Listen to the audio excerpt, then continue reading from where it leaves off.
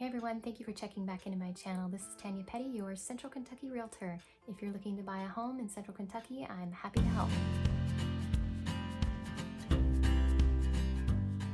Hello and welcome back to Kentucky Homes. Today we are talking about what it actually costs to buy a home. If you're a first-time home buyer, you may not know what actually goes into the whole process of purchasing a home. Many of us, when we were looking for our first home, popped onto an online website, much like Zillow or Realtor.com, and we saw a price tag on a home and assumed that that's what the home is going to cost us if we want to buy it. Or maybe you have been around when someone else was buying a home or have heard stories about purchasing a home, and we just have some preconceived ideas. So today we're going to talk about what actually happens and what costs you may or may not incur in the purchase process. The very first step to purchasing a home is going to be checking with a lender about what you can be pre-approved to spend on a home.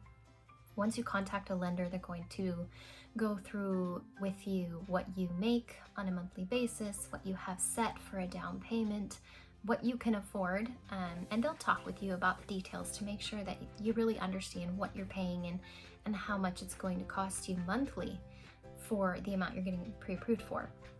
Once you have a set pre-approval amount, then you can go home shopping. And this is the fun part. We start looking for homes that fit into your pre-approved amount category. So for example, if you were pre-approved to spend $300,000 on the purchase of a home, it would be a smart idea to look at homes in the $250,000 to $275,000 range. And the reason why is because sometimes the price goes up, sometimes the price goes down, and there are other fees that you may or may not be expecting. So it's definitely a good idea to take a look at homes just a little below your pre-approval amount. The next step is funds to close. To be aware that when you close on the purchase of a home, there isn't just the down payment to be aware of. You may be approved for a 10% down payment or as low as a 3% down payment, which does come with some conventional loans these days. You will also have somewhere between 2 to 3% of the purchase price that could be what it costs to close. And those are little things like paying your lender fees and your title search and title insurance, paying for your taxes, and just the little things that kind of accumulate over the process of purchasing a home. When you make your offer to purchase a home, you usually will need to put down what's called an earnest money deposit here in Kentucky. In other states, it's sometimes called an escrow deposit.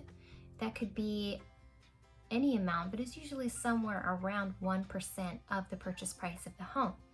And this earnest money is just to show that the sellers that you are serious about putting an offer on their home, that you really do want to buy it. And there are cases where that money stays with the seller if you have to back out of purchasing a home, which we hope you don't have to do. Other things to be aware of in the process of purchasing a home are inspections and appraisal. These are things that the buyer usually has to pay for. There's also the chance of having repairs that need to be done right before or right after closing, things that need to be maintained in the home, moving costs, and the turn on of all the utilities once you move. So when you're next time looking at Zillow or Realtor.com and seeing the price tag on that home, remember that's not exactly what the home costs.